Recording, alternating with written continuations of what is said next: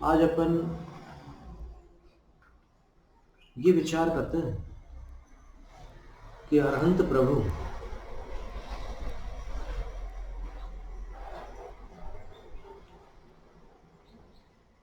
वीतराग हैं और वीतराग को किसी से कोई लेना देना नहीं होता। निंदा करो तो वो रुष्ट नहीं होते, स्तुति करो तो वो संतुष्ट नहीं होते।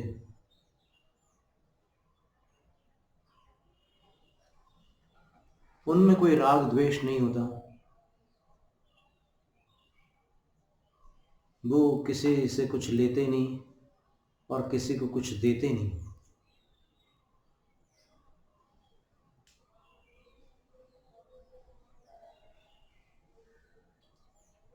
इस पर अपन आज देखते हैं शास्त्रों में आचार्यों ने क्या कहा है। समंतभद्र आचार्य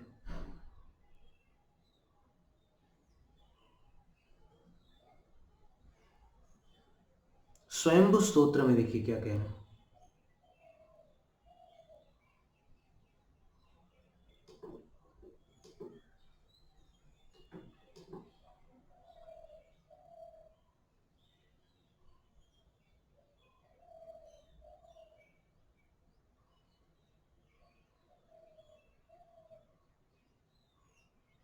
वासुपूज्य भगवान की स्तुति करते हुए आचार्य कहते हैं, न पूजयार्थस्त्वयि वीतरागे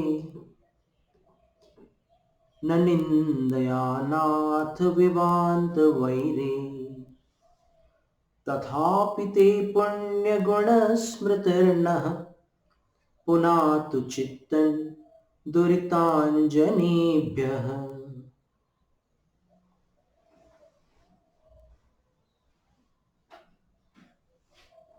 त्वयि वीतरागे विवांत वैरे सति।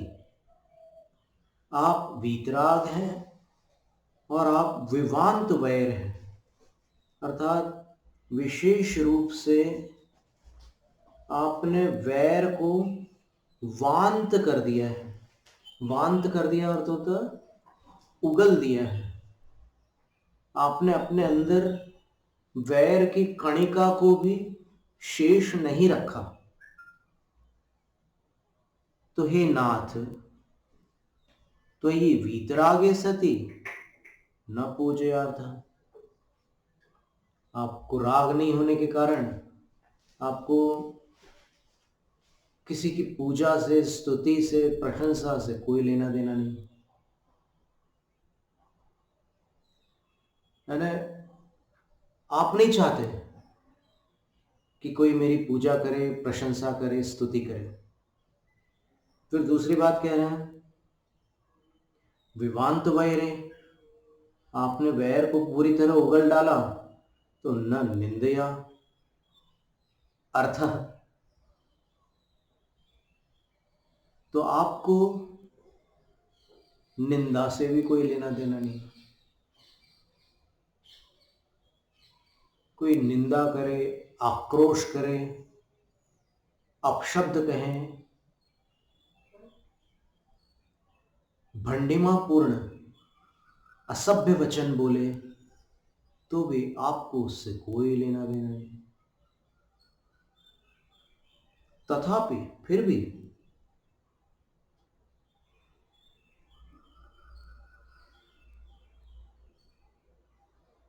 ते पुण्य गुण स्मृति, आपके पवित्र गुणों का स्मरण,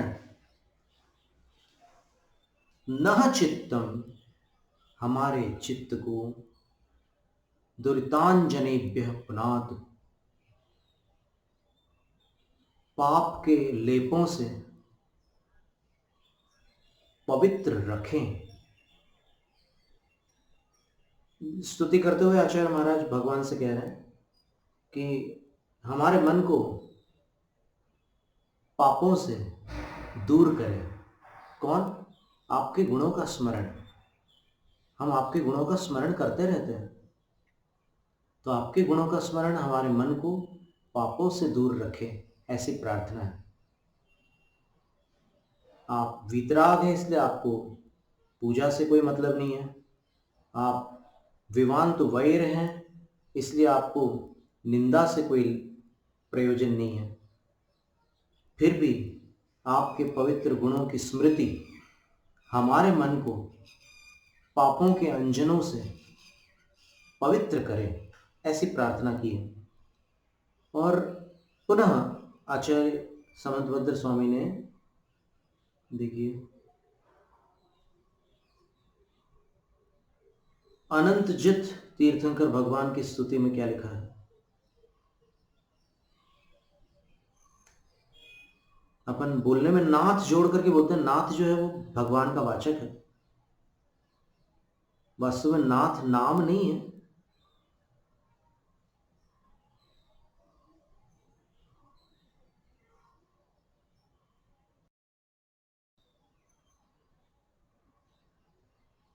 अब देखिए फिर से आचार्य कह रहे हैं, भगवान उदासीन तमः, आप जो है वो उदासीन से भी अधिक उदासीन, यानी बिल्कुल राग द्वेष से परे हैं।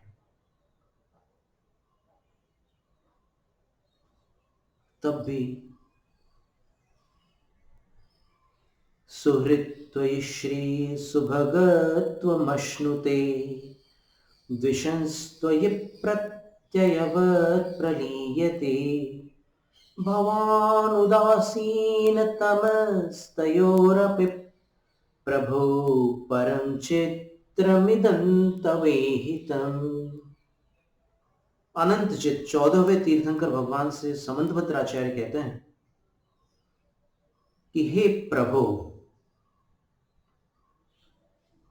त्वयि सुहृत, आपके प्रति सुंदर हृदय रखने वाला, अर्थात आपके विषय में जिसकी भावनाएं शुभ हैं, जो आपके आलंबन को प्राप्त होकर शुभोपयोग धारण कर रहा है, धर्म ध्यान कर रहा है, वह श्री सुभगत्वम अश्नुते, वैभव को और सौभाग्य को प्राप्त करता है।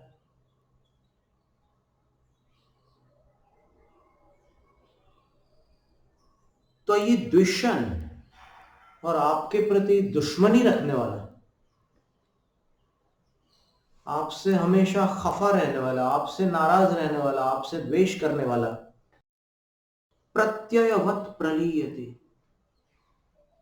प्रत्यय के समान, क्विप, क्वेन आदि जो प्रत्यय होते हैं, वो प्रत्यय उनका सर्वापहारी लोप होता है। व्याकरण में एक शब्द है, आपने सुना हो, जो व्याकरण पढ़ते हैं, तो कुछ प्रत्ययों में क्या होता है,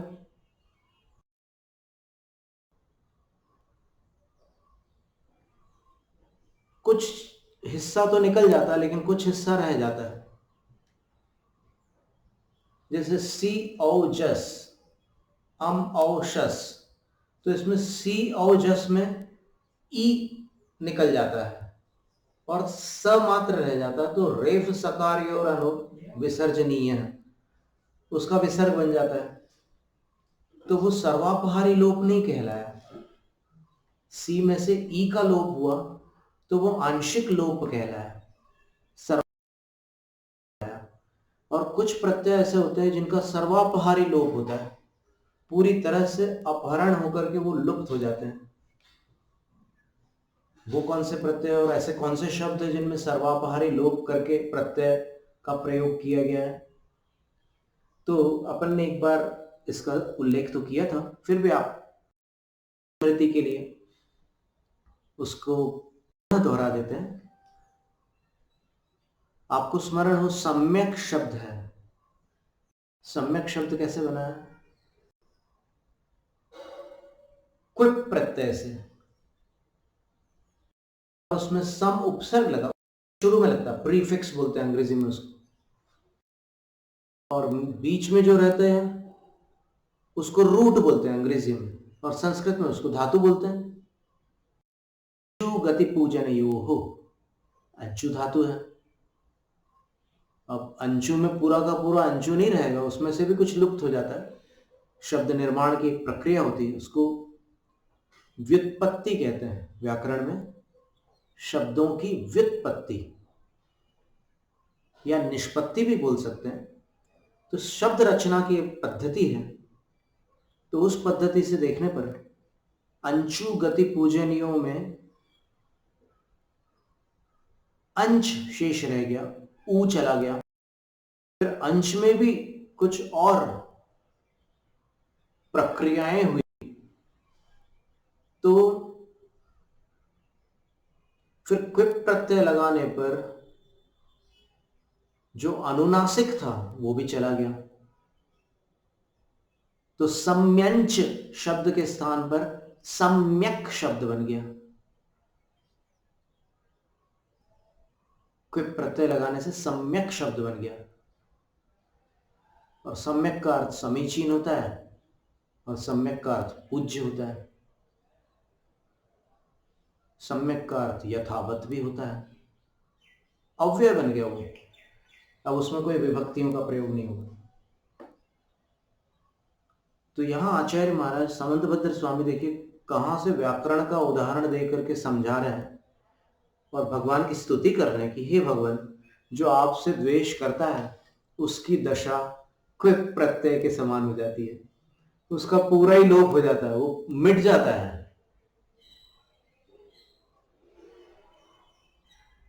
प्रलय को प्राप्त हो जाता है। लेकिन क्या आप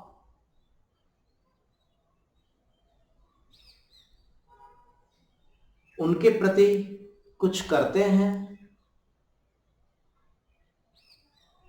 तो आचार्य कह रहे हैं कि प्रभु भगवान आप तयोः द्वयोरपि उदासीनतमः, आप उन दोनों के प्रति उदासीनतमः, बिल्कुल तटस्थ, कोई उनसे कोई मतलब नहीं आप, अर्थात आप वीतराग हैं। पर वीतराग होने पर भी ये दो घटनाएं घटती अवश्य है। जो आपके प्रति शुभोपयोग करता है वो लक्ष्मी और सौभाग्य संपन्न हो जाता है, जो आपके प्रति अशुभ उपयोग करता है वह प्रत्यय के समान प्रलीयते, प्रलय को प्राप्त हो जाता है, सर्वनाश को प्राप्त हो जाता है। ये घटनाएं तो होती है। तो अब इसका क्या अभिप्राय लेना? तो कभी भी अभिप्राय तक जाने से पूर्व कुछ ऊहापोह, कुछ छानबीन कर लेना आवश्यक होता है। ये जैन न्याय है। जैन न्याय तत्काल किसी निर्णय तक नहीं जाता, निर्णय तक जाने से पहले ऊहापोह करता है।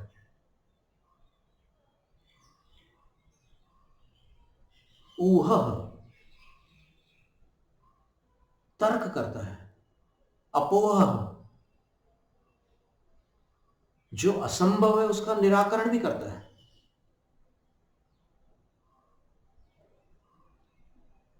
अन्यथानुपपत्ति, इस न्याय को जैन न्याय सत्यासत्य के निर्णय में लागू करता है। ऐसा न मानने से क्या होगा, ऐसा मानने से क्या होगा?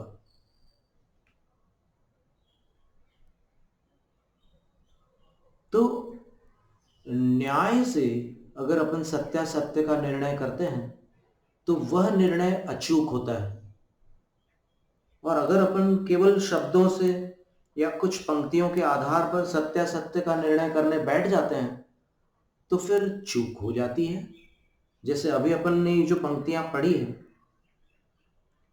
तो अपन ने वासुपूज्य भगवान की स्तुति में से एक काव्य लिया, अनंतनाथ भगवान की स्तुति में से एक काव्य लिया। वासुपूज्य भगवान की स्तुति में क्या लिखा था कि आपको पूजा से कोई मतलब नहीं है, आपको निंदा से कोई मतलब नहीं है, आपको फर्क ही नहीं पड़ता कोई पूजा करे या निंदा करे। क्यों? क्योंकि वीतराग है, आप वीतराग हैं, तो आपको पूजा की कोई आवश्यकता नहीं, आपके अंदर कोई कामना नहीं है कि मेरी पूजा हो। राग न होने के कारण इच्छा नहीं है। फिर कोई यदि निंदा करता है, आक्रोश करता है, अपशब्द बोलता है, अभद्र वचनों का प्रयोग करता है, तो बोले विवांत वैर है। आपने वैर को पूरी तरह उगल डाला है, तो आपके अंदर किसी के प्रति कोई वैर हो ही नहीं सकता। तो कोई निंदा करे, आपको फर्क नहीं पड़ सकता।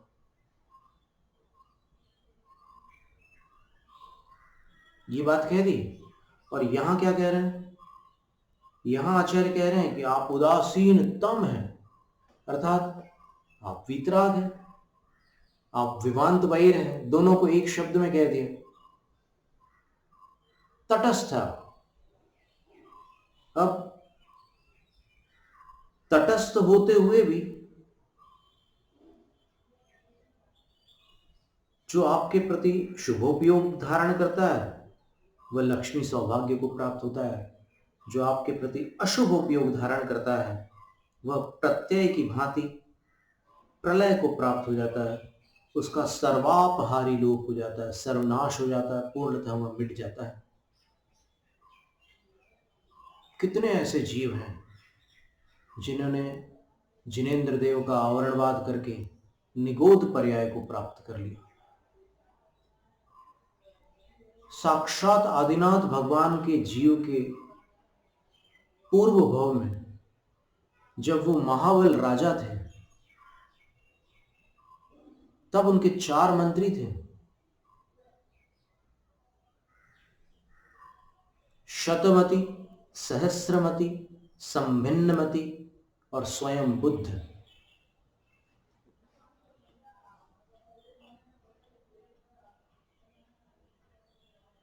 तो स्वयं बुद्ध बार बार राजा को धर्म मार्ग पर बढ़ने की प्रेरणा देता था, और बाकी 3 मंत्री उसको विषय विलास की ओर प्रेरित करते थे।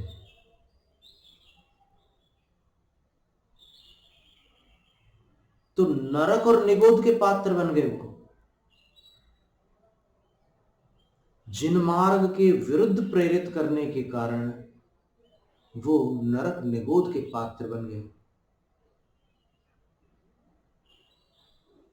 और स्वयं बुद्ध मंत्री जो था वह निकट भविष्य में महाबल राजा का जीव आदिनाथ भगवान की पर्याय को प्राप्त हुआ, उससे पूर्व ही स्वयं बुद्ध मंत्री का जीव चरम शरीरी प्रीतिंकर मुनिराज होकर केवल ज्ञान और मोक्ष को प्राप्त कर लिया। स्वयं बुद्ध के जीव ने प्राप्त कर लिया, परम धाम को प्राप्त कर लिया। भगवान दोनों के प्रति तटस्थ हैं। तो हे प्रभु, आचार्य समंतभद्र स्वामी कह रहे हैं, तव इदम ईहितम परम चित्रम, आपकी यह प्रवृत्ति अत्यंत आश्चर्यकारी है।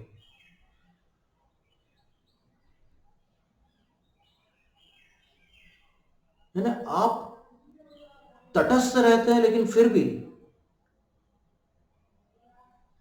ऐसे परिणाम आ जाते हैं। बड़े आश्चर्य की बात है। अत्यंत चित्रम यानी विचित्र, आश्चर्य समकारी ईहितम चेष्टा है आपकी। अब इसको पढ़ करके निश्चित रूप से बहुत सारे जो सामान्य बुद्धि जीव हैं वो एक निर्णय को पकड़ लेंगे कि हाँ, भगवान अदाता है, इसलिए वो न किसी को सुख दे सकते हैं न किसी को दुख। सुख और दुख अपनी सद्भावना और अपनी दुर्भावना से बंधने वाले कर्मों के उदय से प्राप्त होता है। देखिए, इसमें ये जो विचार है, ये जो शब्दावली है, यह पूर्णतः असत्य नहीं है, लेकिन इसमें जो ये निर्णय हो रहा है कि भगवान न सुख दे सकते हैं न दुख दे सकते हैं, ये जो निर्णय आ रहा है, इस पर थोड़ा सूक्ष्म विचार करना आवश्यक है। क्या भगवान के पास सुख देने की शक्ति नहीं है? ये एक विचारने की बात है। और जिनके पास सुख देने की शक्ति होती है, उनके पास क्या दुख देने की शक्ति नहीं होती? देना या ना देना बाद की बात है, अभी अपन शक्ति की बात कर रहे हैं।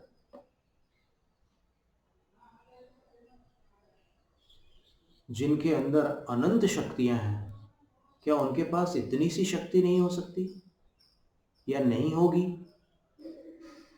तो अपन आचार्यों के वचनों पर अपन जाते हैं कि आचार्यों ने इस विषय में क्या कहा है। तो अपन एक ग्रंथ यहां पर खोलते हैं।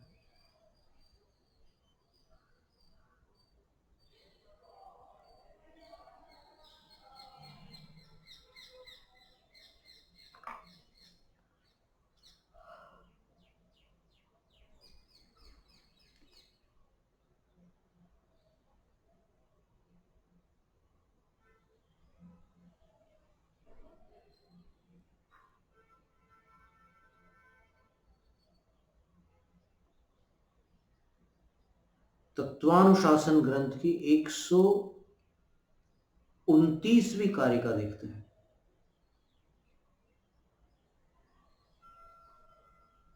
बिल्कुल वही पृष्ठ खुला है।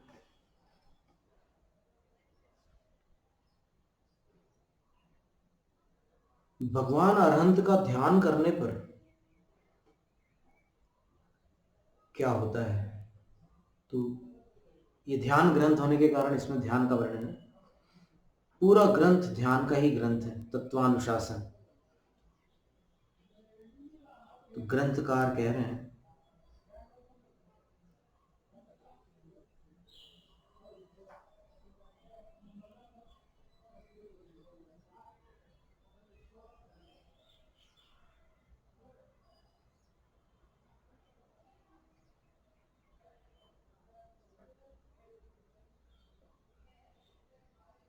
वीतरागोप्ययन देवो ध्यायमानो मुमुक्षुभिः स्वर्गापवर्ग फलदः शक्तिस्तस्य हि तादृशी।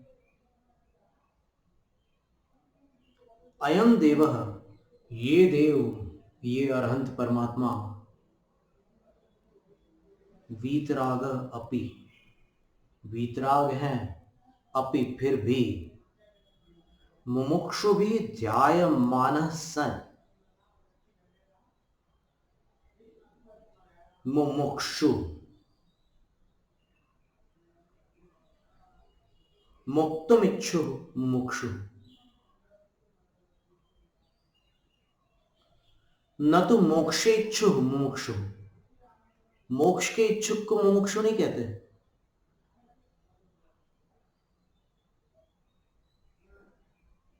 मुक्ति के इच्छुक को मुमुक्षु कहते हैं। वो मुक्ति किसी भी बंधन से क्यों न हो। जेल से छूटने की इच्छा रखने वाला भी मुमुक्षु है।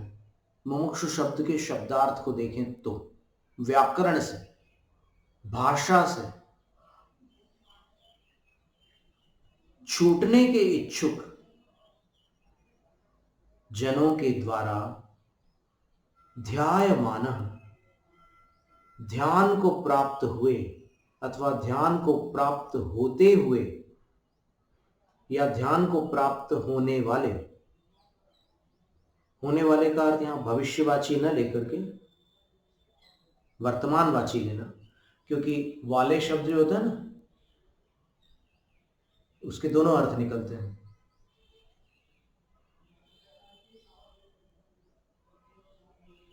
मोक्ष जाने वाले हैं, वो भविष्यवाची हो गया।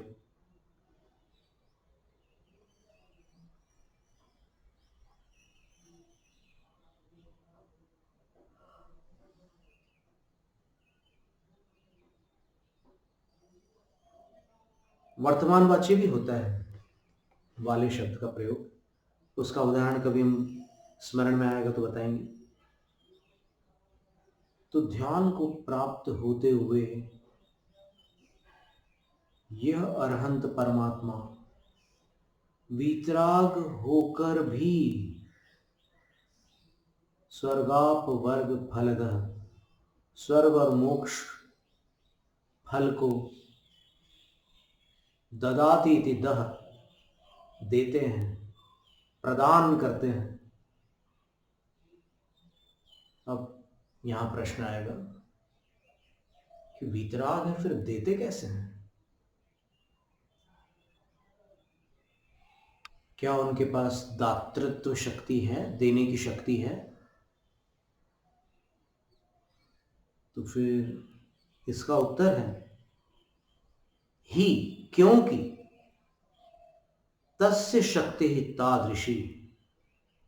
ग्रंथकार आचार्य कह रहे हैं कि उनकी शक्ति वैसी है, स्वर्ग और मोक्ष देने की शक्ति उनके पास है।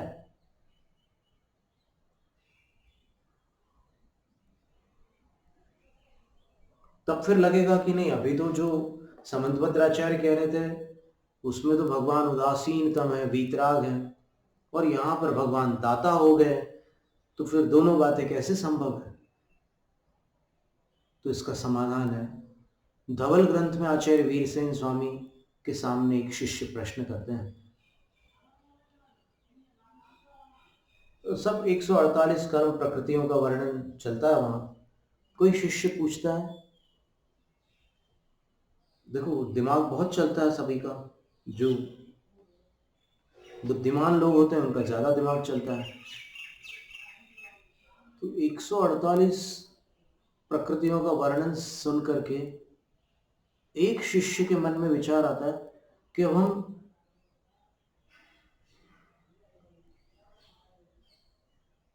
इन कर्मों से तो दुनिया के सारे काम हो जाते हैं, लेकिन कोई ऐसा काम हो जो इन कर्मों से नहीं होता। तो वो प्रश्न क्या पूछते हैं, करुणाए कारणम करुणेत्य कर्मम किन्नवुत्तम। इन 148 कर्मों में ऐसा एक भी कर्म नहीं है जिसके कारण करुणा उत्पन्न होती हो।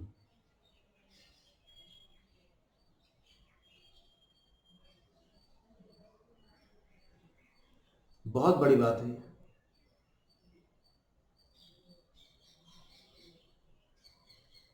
आत्मा से बंधे हुए 148 कर्मों में से कोई कर्म करुणा को उत्पन्न नहीं कर सकता। तो वो कह रहे हैं कि करुणा में कारणभूत करुणा नाम का कोई कर्म क्यों नहीं बताया इस महान सिद्धांत ग्रंथ में, इस धवल ग्रंथ में, इस षटखंड आगम में करुणा नाम के किसी कर्म का उल्लेख नहीं है? क्या कारण है? तब आचार्य उत्तर देते हैं, ना करुणाए जीव सहावादो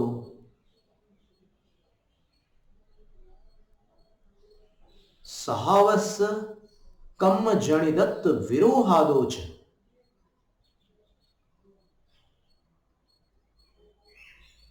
करुणा जीव का स्वभाव है, और स्वभाव कर्मों से उत्पन्न नहीं होता। अगर स्वभाव को कर्म उत्पन्न करने लग जाए तो विरोहादो, विरोध आ जाएगा। तो फिर शिष्य दूसरा प्रश्न पूछता है कि कम से कम अकरुणा में कारणभूत कोई कर्म बताना था। अगर करुणा जीव का स्वभाव है तो अकरुणा तो जीव का स्वभाव नहीं है ना। तो अकरुणा किस कारण से होती है, उसका नाम कोई बताना था कर्म का। उसको उत्पन्न करने वाले किसी कर्म का नाम तो बताना था। आचार्य बोलते हैं इठत्ता दो, हम इसको मान्य करते हैं कि अकरुणा कर्म जनित है, लेकिन वो जिन कर्मों से उत्पन्न होती है वो कोई एक कर्म नहीं है।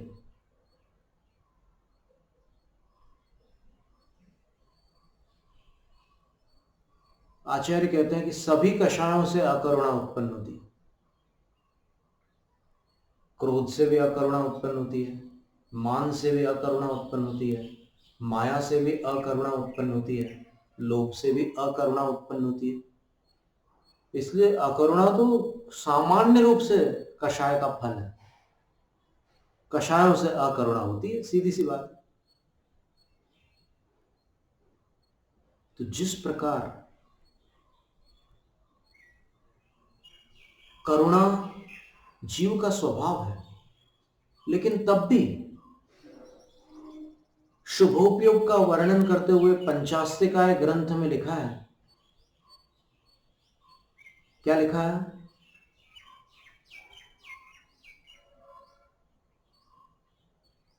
तसिदम बुभुक्षिदम वा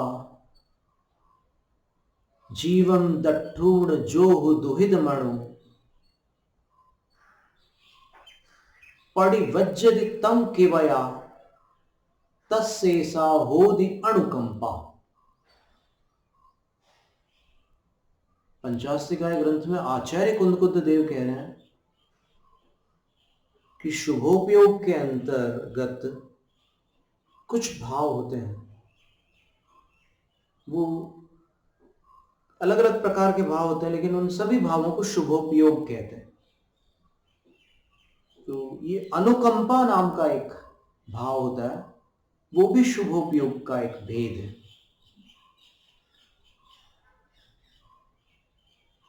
और शुभोपयोग बंध का कारण है, उससे पुण्य का संचय होता है।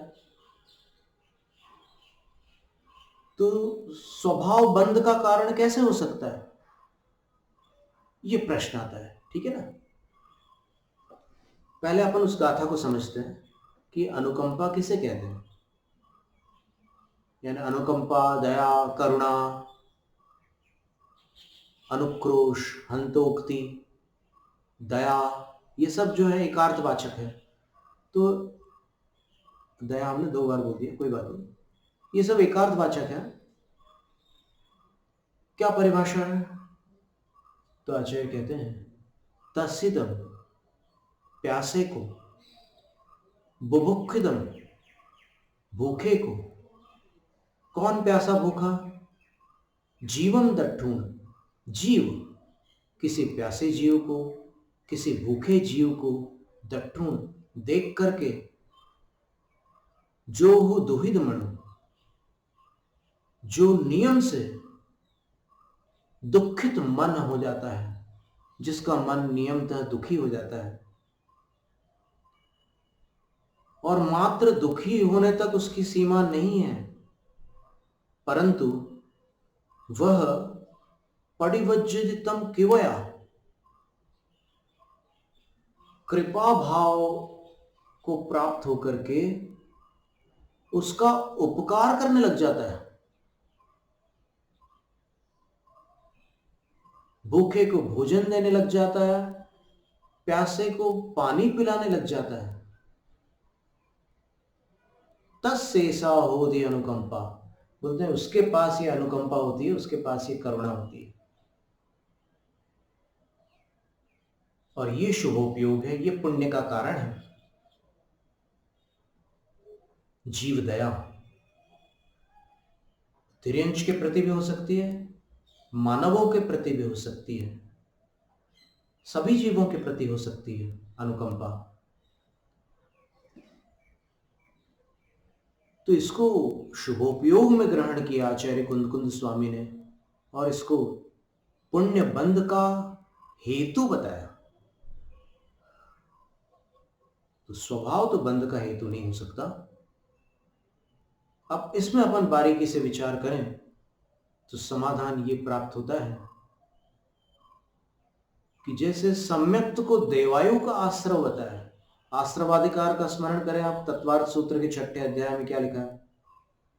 सम्यक्त्वंच, आयुबंध के आश्रव के प्रकरण में आचार्य महास्वामी कहते हैं कि सम्यक्त भी आयुबंध का आश्रव है। सम्यक दृष्टि को जो आयु बंधती है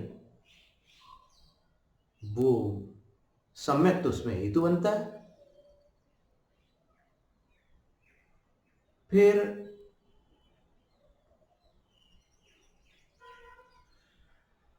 आहारक नाम कर्म चारित्र प्रत्येक है, अर्थात बिना चारित्र के, बिना संयम के आहारक नाम कर्म का बंध नहीं हो सकता। आहारक नाम कर्म का अर्थ ही होता है कि जब कोई साधु कहीं विराजमान है, उनकी प्रबल भावना होती है कि मैं मेरू पर्वत के अकृत्रिम चैत्यालयों की वंदना कर लूं, लेकिन अभी यहां से जा नहीं सकते, क्या करें? तो फिर उनके मस्तक से एक हाथ प्रमाण, एक सुंदर आकृति बाहर आती है और वो आकृति, पहले उसकी संरचना होती है, भव्य आकृति की रचना होती है, और उसके बाद वो आकृति, जब तक वो साधु 6ठे गुण स्थान में है, उतने काल के भीतर भीतर वो जाकर के बड़े वेग से उन अकृत्रिम चैत्यालयों की वंदना करके आ जाती है। अथवा अगर कोई प्रश्न उठ रहा है उन साधु के भीतर, तो वो केवली शुद्ध केवलियों से समाधान लेकर के आ जाती है वो आकृति। इसको आहारक रिद्धि कहते हैं। बहुत भारी रिद्धि है, अति दुर्लभ है, बहुत कम लोगों को होती है।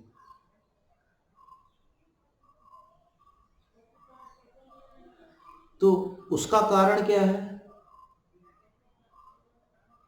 आहारो अपमत्ते, आहारक प्रकृति का बंध अप्रमत्त 7वें गुण स्थान में होता है। अब इसका समाधान अपने को समझना होगा, पर चूंकि आज थोड़ी सी ज्यादा अधिक सैद्धांतिक चर्चा हो गई है, तो आज जितना आपने सुना है उसका एक बार आप स्मरण कीजिएगा। आज अपना प्रश्न उत्तरित नहीं हुआ है, अभी तक वह अनुत्तरित है। भगवान वीतराग है, ये तो निर्णीत सत्य हो गया, इसमें कोई संदेह नहीं है, कोई शंका नहीं है। भगवान अरहंत प्रभु वीतराग है, विवांत वैर है, पर दाता है या अदाता, इसको समझने के लिए अपन ने सिद्धांत शास्त्रों में प्रतिपादित जीव के करुणा रूप स्वभाव का यहां पर आज वर्णन समझा है कि करुणा किसी कर्म से उत्पन्न नहीं होती, करुणा जीव का स्वभाव है। और फिर साथ में अपन ने पंचास्तिकाय की उस गाथा को भी देखा जिसमें आचार्य कुंद स्वामी कह रहे हैं कि अनुकंपा पुण्य का हेतु है। अब दो कथन हो गए, धवला में कह रहे हैं कि करुणा कर्म जनित नहीं है, और पंचास्तिकाय में कह रहे हैं कि करुणा पुण्य बंध में हेतु है। तो जो कर्म जनित नहीं है वह भाव बंध का कारण कैसे हो सकता है? तो उसका समाधान ढूंढते ढूंढते अपन सम्यक्त और चारित्र तक चले गए कि सम्यक्त को आयुबंध का आश्रय बताया और चारित्र को आहारक रिद्धि जिस पुण्य से प्राप्त होती है उस पुण्य के बंध का कारण बताया। तो क्या सम्यक्त बंध का कारण है? क्या चारित्र बंध का कारण है? क्या करुणा बंध का कारण है? ये 3 प्रश्न अपने सामने खड़े हो गए, क्योंकि सम्यक के विषय में द्रव्य संग्रह ग्रंथ की गाथा में लिखा है अपरूवंतम, वो भी आत्मा का स्वभाव है सम्यक दर्शन। तो स्वभाव बंध का कारण कैसे हो सकता है? और तत्वार्थ सूत्र में कह रहे हैं कि आयु बंध का कारण है। फिर चारित्र का वर्णन करते समय भी द्रव्य संग्रह की गाथा में लिखा है अपरूवंतम, वो भी आत्मा का स्वरूप है, आत्म स्वभाव है चारित्र। तो वो बंध का कारण कैसे हो सकता है? ज्ञान बंध का कारण कैसे हो सकता है? समय पाहुड़ ग्रंथ में लिखा है जम्मादु जहन्नादो नाड़ गुणादो उनो विपरिणमदि,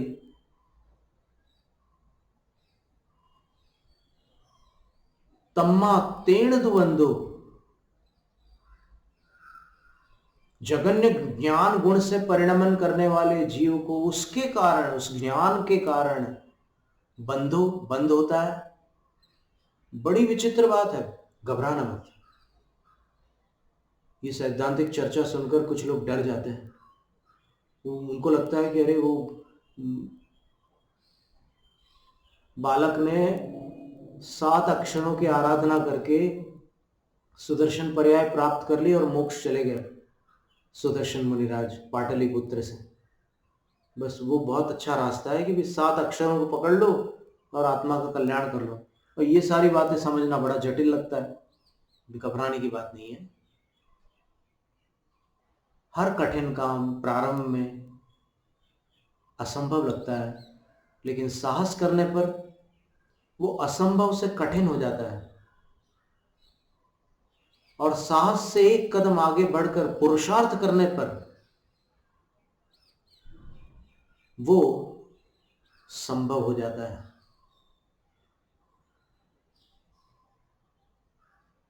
वीर कठिन को संभव बना देते हैं, कायर सरल को भी असंभव बना देते हैं। इसलिए घबराइए मत। आज हम इससे अधिक भार आपके ऊपर नहीं डालेंगे। जितना आपने सुना उसका उपसंहार भी आपने सुना, स्मरण में जरूर रखना और बने तो दोबारा इसको सुन लेना। बहुत आनंदपूर्ण समाधान मिलेगा आपको। और उस समाधान को प्राप्त करके आपकी भक्ति में 4 चांद न लगे तो आप हमसे बोलना।